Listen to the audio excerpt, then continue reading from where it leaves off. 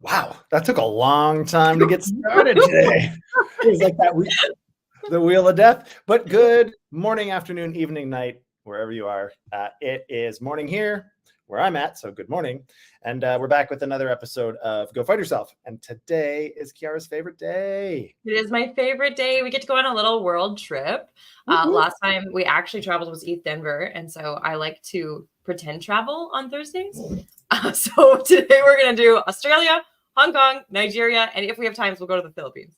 Underneath the hoodie, she's wearing a bathing suit. She not only likes to pretend she's traveling, she dresses for the occasion. It's super weird, but we just I only pick warm countries. Okay, so we're talking about a whole bunch of stuff, right? We're talking about ANZ Bank. We're talking about WonderFi, a whole bunch of stuff, man. What else we got? Nigeria grappling with... I told you, Hong Kong, Nigeria, Philippines. Let's go. Let's go. Oh, my God. Okay. You caught me off guard now. You're going too fast.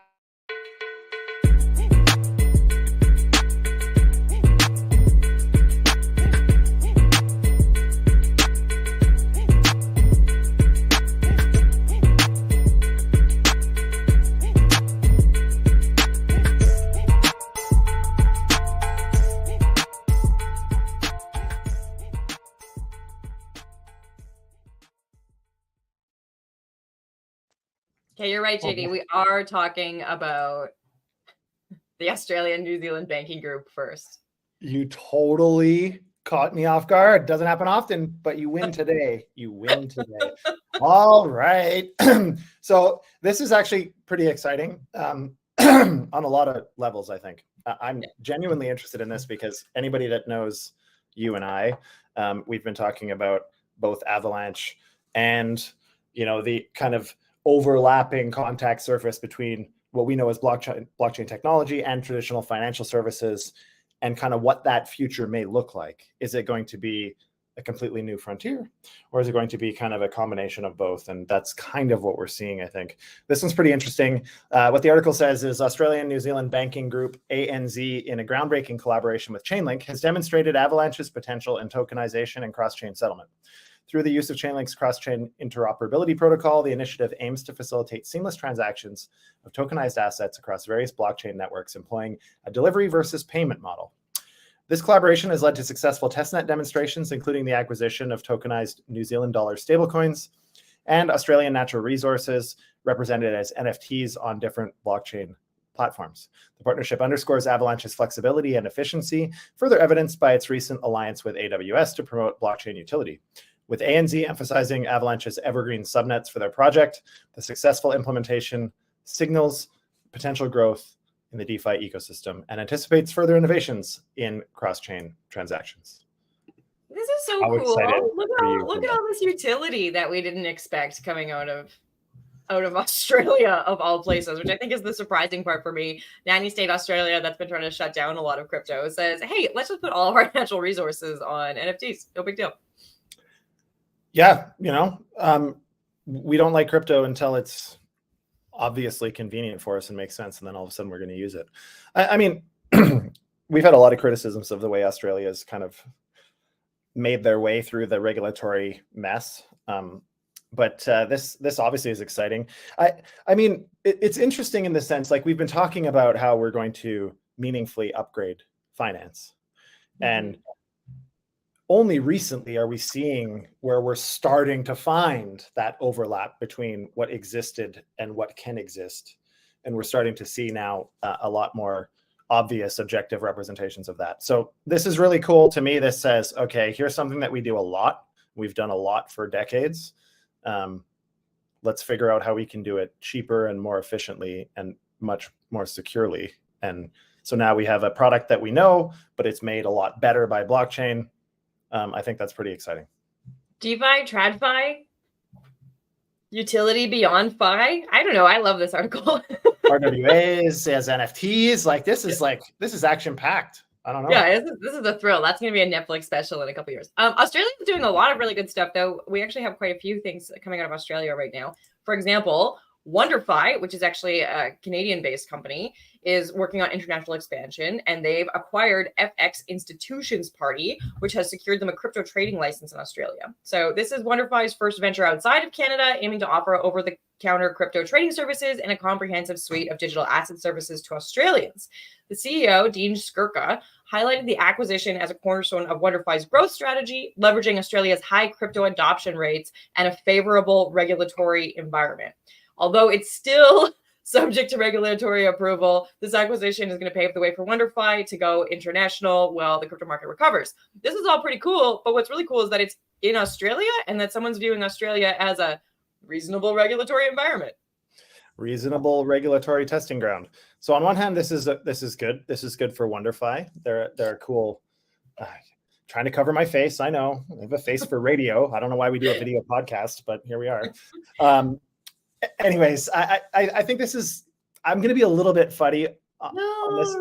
Yeah, I'm a little bit fuddy on this one because this actually highlights the problem that I have with the way that regulation is implemented. Now, I understand and appreciate that Australia is kind of being seen as maybe a good place to test this stuff. But at the same time, the reason that they went into Australia was to acquire a company that already had the licensing. That is exactly the barrier to entry that I was hoping we would avoid. That's been the problem with traditional finance, is the barrier to entry is so high because of the regulatory capture in the middle that it makes it almost impossible for startups to go to market without insane capitalization, which makes no sense either. So I'm a little fuddy on this because this highlights to me one of the problems with securing licenses. WonderFi of all groups, which is a regulated entity in Canada, should be a pretty good candidate to just get their own licenses in Australia relatively easily. They have a track record, they have decent capitalization, an experienced team, etc. Anyways, I'm fuddy on this one. It's cool that they're trying it, and I like that, but this is exactly what I was worried about. FUD that one. You're really going to FUD this one. I am feeling fuddy today. Yeah, well, let's go. Tell us all about how Australia is not as open borders as we thought. Okay, so Liang Alan Guo, a former director of the defunct Australian crypto company Blockchain Global, has been prohibited from leaving Australia as the Australian Securities and Investments Commission investigates the firm's $58 million debt to its creditors. Federal court imposed an interim travel ban on Guo, deeming him a flight risk. This move follows allegations of potential breaches of Corporations Act linked to Blockchain Global's collapse. Guo, alongside other directors, face scrutiny for alleged mismanagement of improper fund transfers, underscoring the challenges of governance within the crypto industry. Did you even hear about this? Did you even know about this before today? Yeah. No. Neither did I. Actually, I hadn't heard about it until this article. But what do you think? Is that to be expected? Yeah, I mean, this is what we saw when CZ came to the States. Well, he was under investigation. He wasn't allowed to travel either. I think this is like a pretty standard action to take, but also that doesn't mean I like it. Yeah, this highlights a few things for me. Some good, actually. I'm not as funny about this as you might think, but we've seen this a bunch of times now in these collapses or failures of some of these crypto entities, FTX, Alameda, Three Arrows, et cetera. We've seen them being held criminally liable for these things. And a lot of people, in particular new entrepreneurs, or people that think that they're untouchable because they're incorporated offshore and they live in Ethiopia or something, are getting a rude awakening that you're not untouchable anywhere, and they will find out who you are, and they will find you. So, I mean, this to me, I think, is just a feather in the hat of law enforcement when it relates to crypto. They're finding ways to be able to trace this stuff and build cases and prosecute people. I think good. This guy's an idiot, kind of like SBF and all these other idiots that did really, really, really dumb shit that the average person should have known was going to lead to problems, and then wondered why it did. And so, I mean, of course, there is some personal negligence significantly probably here. So I don't know, lock them up. Australia is at least participating though, right? We've established that they have some understandable regulation. We understand that they are actively having court cases for various things going on, and that they are kind of cracking down, but kind of trying to open their borders. So I don't really know where they stand. But this week, there was a landmark ruling. An Australian federal court dismissed the Australian Securities and Investment Commission's case against Finder Wallet. So this was a big victory for us in crypto. The court found that ASIC failed to provide the Finder Earn product was a debenture, thus not acquiring an Australian financial services license for its operation. This decision underscores the need for clearer regulatory guidelines and fosters a more supportive environment for crypto innovation and growth in Australia. The ruling not only relieves Finder Wallet of potential legal burdens, but also sets a precedent that may influence future regulatory approaches to crypto assets and their classification. What do you think, JD?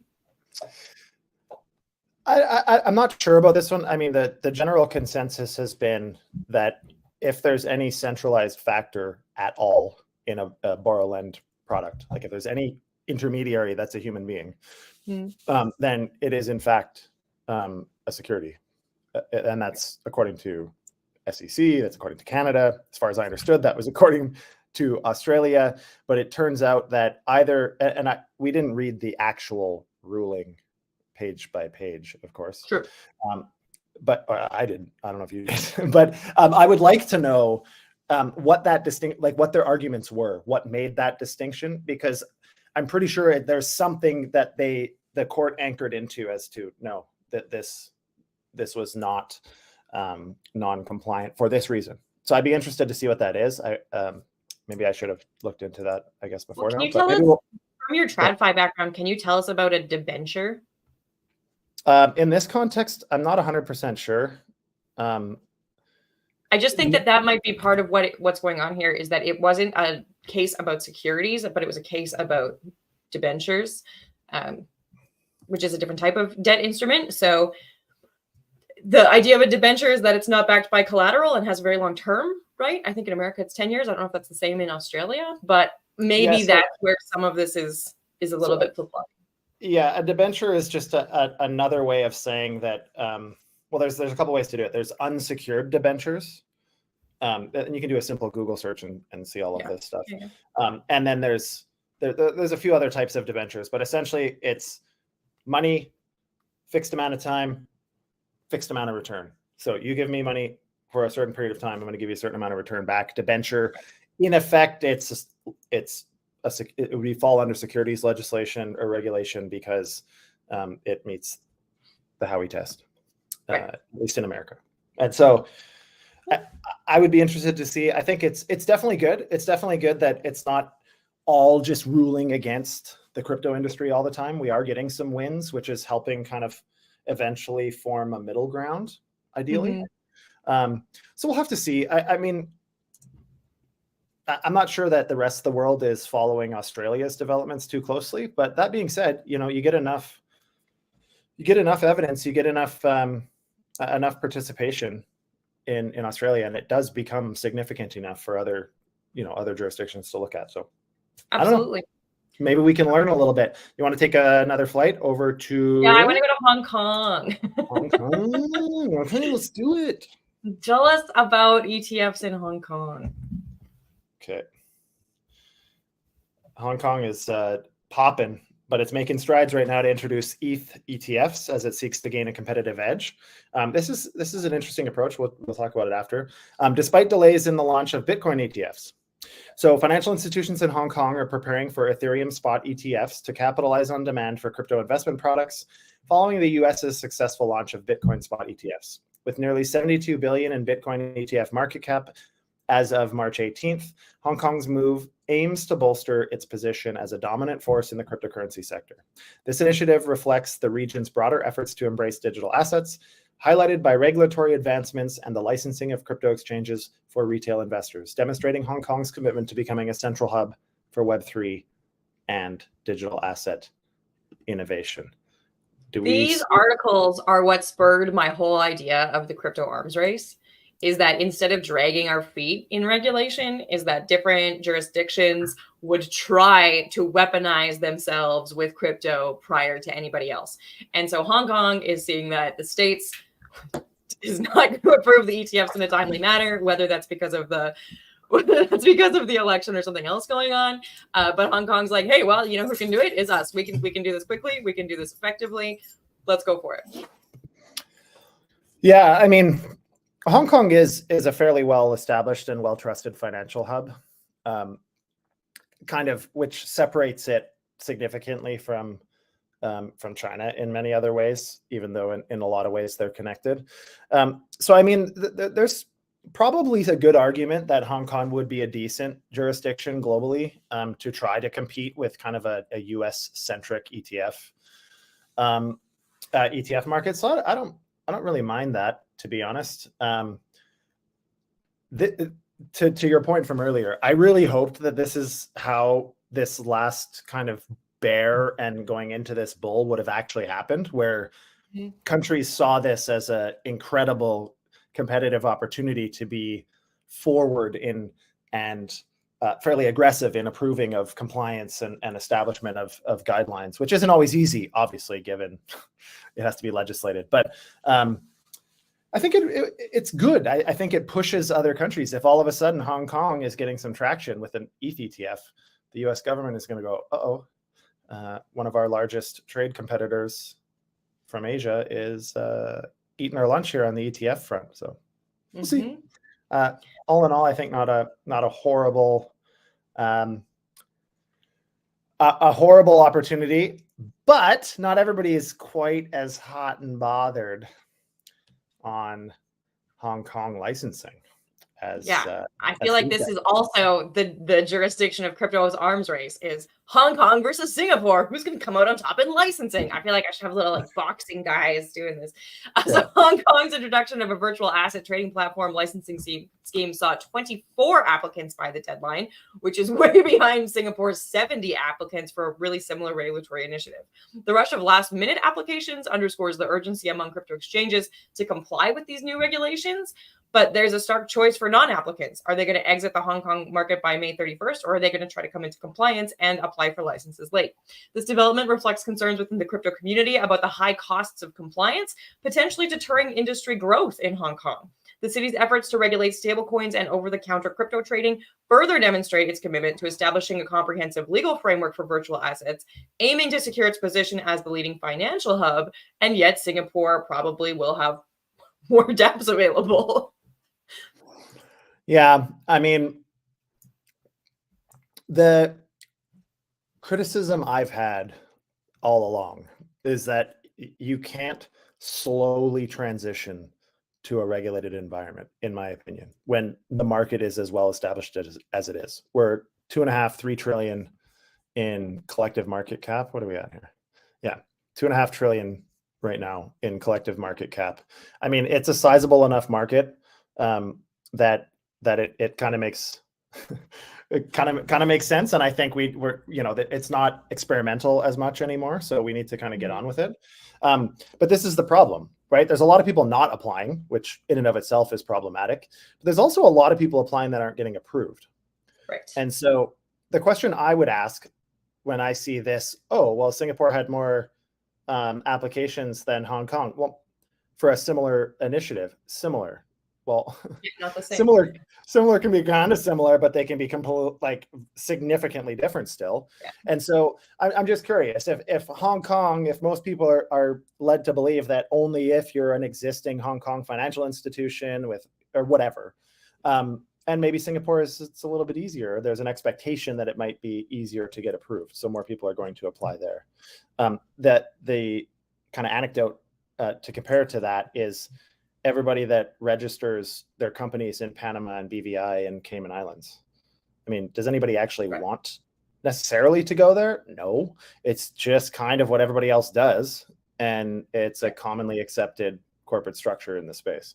So, I mean, are people going to be super partial to Hong Kong versus Singapore if they give you the same opportunity market-wise? No, they're going to go wherever you can get licenses. But again, this has been my problem. What happens? The people that don't apply at all, obviously, they think they're going to be able to ignore regulation somehow, which is interesting. But what are these companies going to do? Are they going to just pull out of the country? Can you pull out of the country with some permissionless protocols? Well, some of them are going to just keep operating, and Hong Kong is going to tell you that they're a scam. Yeah, I mean, the Securities and Futures Commission of Hong Kong is escalating its efforts to protect investors amid the region's cryptocurrency market revival. The SFC has issued warnings against fraudulent websites impersonating licensed entities and unlicensed cryptocurrency exchanges, including MEXC and Bybit. With the SFC adding several crypto exchanges and products to its warning list, the regulatory body emphasizes the need for investor diligence and the potential legal challenges for unlicensed platforms operating or marketing in Hong Kong. Is this peacocking, or are they serious? Are they going to crack down on this? I don't know. Impersonation scams, like MEXC and Bybit, like maybe there's impersonation scams, or maybe they just didn't pass the regulatory framework and they're saying they're impersonating dApps. Like a little bit of buyer beware can go a long way. Yeah, I understood actually that the issue with MEXC and Bybit was just that they're unlicensed and still offering services in the country. That's what I think too. Yeah. Not that they're spoofing scams, but I mean, yeah, this is like, obviously we've been talking about this for months. When the market picks up, the scams go bananas because there's a lot of new entrants. There's a lot of naivete. People don't know what they don't know. And so it's easier in these types of environments when everybody's just aping and doing whatever and not doing any research. So yeah, these types of warnings, I don't mind. But again, what are these companies going to do? What is MEXC going to do? Are they going to try to come into compliance, or are they going to leave? And if they can't come into compliance, why? Mm-hmm. They're a fairly large exchange that's been around for a while. So what is it about some of these entities that they can't be licensed? That's right. Like the bigger concern is, why are these countries taking so long to approve this stuff? That's my criticism is, what are we going to do as a space if 10%, 5%, less than 5% get licensing by the time that the meaningful regulation turns on? What are the other 90, 95% going to do? Stop? I don't know. It's interesting. It seems like in Australasia, in these areas, that Australasia? Is that the word you just made up? Is that a real thing? That's a real thing. So it seems like in Australasia that we have a fair amount of trust in the government in terms of regulation. And so people want to be looked after, but the government isn't quite sure where they want to stand on crypto. Is it too innovative for them? Is it going to reduce their power and control? But I find that it's all pretty central, right? Like those places like Australia, places like Hong Kong, everybody wants to be compliant, but wishes they had a little bit more wiggle room and so on and so forth. Whereas in Nigeria, we are way on opposite ends of the spectrum. There are huge protests in the street. There have been riots again lately. We've been talking about that going on in Nigeria for, I think, 2 years now. Mm-hmm. So let's just kind of give a little bit of context. Nigeria does have a severe economic downturn. There's unprecedented inflation. There's huge devaluation of the naira. President Bola Tinubu's policies, including the termination of fuel subsidies and the unpegging of the naira from the dollar, have exacerbated this crisis. Inflation rates have soared to nearly 30%, which is the highest in 3 decades, and food inflation is even higher at 35%. The economic strain is evident as petrol prices have tripled, the cost of staples like rice have doubled. Everything's too expensive. As a result, all sorts of citizens are facing severe hardship. They're rationing food. They're seeking cheaper alternatives. There's not really anything being done by the government. Like, they're not really regulating food prices. They're maybe distributing grains to people, but this is all very limited success in mitigating the widespread impact on the population. I read all week about Nigeria, people protesting in the streets. They're in an economic crisis. They don't want to be doing it anymore. Yeah, I mean, who wants to be doing an economic crisis anymore? I don't think anybody. This is really heartbreaking because, an area of the world that is generally pretty stressed to the max with poverty is having this type of response. I mean, this in a vacuum would be a really, really, really, really good argument for the citizenry to make a switch from the naira to crypto products. Again, my criticism here, and I'm pretty sure that's probably why you posted this, is so I could get upset about it. But my problem is that we've talked a lot about Nigeria and their attempts to regulate crypto, and then their lack of motivation to approve any of them. I think they approved like 6 out of 200 license applications or some nonsense.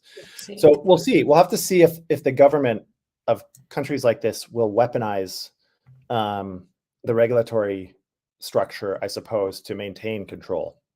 Because as you wonder that aloud, maybe tell us about the incredible, Man, I'm nailing these transitions today. This is pretty good. The Nigerian Securities and Exchange Commission, the SEC, how convenient, is proposing a significant increase in the registration fees for cryptocurrency firms with a 400% hike as a part of its crackdown on the crypto sector amidst the country's ongoing economic challenges. Under the new proposal, the application fee will rise from 300,000 naira, $64, or to 300,000 naira, $64, from 100,000 naira. That's a nothing burger. The registration fee will surge to, that's just the application fee. The registration fee will surge to 150 million naira from 30 million naira. This move reflects the government's concern over the weakening naira and its attribution of illegal capital outflows to the crypto industry. The SEC's proposal also includes doubling the minimum paid up capital for crypto service providers to 1 billion naira. The decision comes in the wake of actions against cryptocurrency exchanges, notably Binance, which has faced accusations related to its impact on the naira's exchange rate. They're weaponizing it. Yeah. And it's kind of ridiculous. I don't think, I wouldn't say even that those application fees are insanely prohibitive. I mean, it's not stinking cheap, but it's not like stupid expensive. But exactly, they're putting in more barriers to entry because in these countries, especially the ones that have kind of become quasi-dictatorships or autocracies, their power comes from their control over monetary policy and money supply, and military, of course. But their economic power comes from their ability to print money. And that's what they do. And if they lose that power, they lose control. And so obviously that's why they're trying to hold on to it. Well, you're going to love this, is that Nigeria is saying that Binance is part of why the naira has been massively devalued. So let's not even take responsibility for our country and our citizens and all of our tax hikes and everybody riding the streets, but let's blame someone else. So the Nigerian government is taking significant legal actions against Binance by demanding nearly 10 billion in compensation for alleged foreign exchange manipulations that they claim contributed to the naira's drastic devaluation. Amidst claims of facilitating untraceable funds amounting to $26 billion and potential involvement in money laundering and terrorism financing, Binance faces heightened scrutiny worldwide.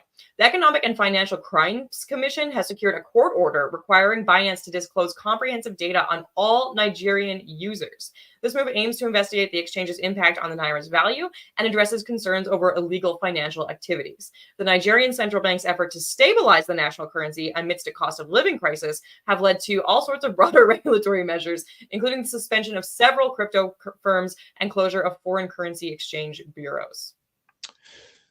Yeah. The fact that they've asked Binance to share user information, that isn't new. Every country does that. The US does it. Canada does it. If you live in a Western jurisdiction, the government knows you have crypto, period, end of story, full stop. It's being reported by pretty much every major centralized entity. So in that regard, fine. Binance has, come under the microscope for this in the last little bit. The claims are that they've been fairly lax on the AML policies and screening, anti-money laundering policies. I have absolutely no evidence to validate or refute that. I have absolutely no idea. But that has been the claim. That was one of the claims and one of the reasons why they've now become ex-US nearly entirely, is for that reason. 10 billion, it's not going to fix Nigeria. I'm not entirely sure how Nigeria is going to enforce that. I highly doubt they have extradition or any of those types of things to try to gain leverage over someone. And again, it's kind of, point the finger at someone, you got 3 pointing back at you. It's just one of those trying to place blame on someone else. I think it's kind of ridiculous. Now, don't get me wrong. Binance probably is not innocent in this. Sure. I'm sure they've probably contributed. I'm sure there was some hilarious futures per product on the naira that somehow contributed to this. I don't know. One of the other thing that problems I don't like, though, is they're like, oh, people are trying to not use the Naira. People want to use other currencies. We should block them from doing that. Let's close all of our international currency exchanges. Let's close all of our crypto exchanges. We should really crack down on that because it'll help the Naira. No, you're just making people more mad when they already can't afford to eat. Well, and the other thing, like one of the problems with why the US dollar is becoming dethroned as the global reserve currency is because we weaponized transfers of assets globally, specifically with Russia and Russian oligarchs and others. But they said, hey, listen, if every time we get in an unrelated, conflict somewhere else, we're not even in a war with the US, yet the US is going to freeze all of our assets internationally, people that were and many that weren't involved. Anyways, all of that to say, I mean, that's kind of what these countries try to do. They try to restrict movements out of money because they don't want their citizens to be able to take their economic wealth elsewhere, obviously. And so this just becomes like, this is where these kind of autocracies start to spiral usually, unfortunately, is they have such a grip on power and they're holding it as tight as they possibly can because it's starting to unwind. So, I mean, hopefully for people of Nigeria, there's a solution to this. Getting 10 billion from Binance probably isn't it, although this is one of many accusations towards Binance. So true. Where there's smoke, sometimes. This has been a pretty funny international show today. Yeah, I'm kind of shitting on everybody today. Do you want to end us on a positive note, or do you want to stick with the FUD? Well, at the very beginning of the show, Ascending Man and I were talking about Hulk smash. And so maybe that got me fuddy because I was thinking, Hulk smash, Anyways. But good stuff is happening in the Philippines. Good stuff is happening in the Philippines. This is actually really exciting. Let's end on this note. Okay. Yeah, I think it's exciting because this was one of a really interesting feel-good story of last cycle. But in Quezon City, the Philippines, Janil Bond's internet cafe, NFT Street, has become a hub for crypto gamers, showcasing the resurgence of cryptocurrency gaming in the region. The establishment offers a glimpse into the revitalized interest in digital currencies, with Bitcoin reaching new heights, and the introduction of crypto farming games like Pixels, encouraging a broad audience. Excuse me. Despite the devastating crypto crash in 2022, the Filipino community's spirit remains unbroken, finding new ways to leverage cryptocurrency for economic gain. This renewed enthusiasm is not without its challenges, as regulatory concerns and the potential for scams prompt calls for a safer and more regulated environment. Nevertheless, the rise in crypto gaming activities alongside significant transaction growth signals a promising direction for economic opportunities in the Philippines, albeit with a cautious approach to the volatile nature of cryptocurrencies. Do you remember Axie? Yeah, I was thinking there's Axie, and then there was Crabata. Crabata was huge in the Philippines. So it was really cool to observe when Axie was blowing up, mainly because, of course, this is another example of something that I thought was never going to take off. I'm pretty good at guessing this stuff. I thought for sure that that quality of graphical crypto game would never have blown up like it did, but it blew up. And what was really cool in the Philippines, and this is during COVID, it was a feel-good story because in the Philippines, they were devastated because of COVID. So much of their economy is tourism and many other things that just got devastated. So all these people were finding they could play Axie and earn as much money as they would have earned working.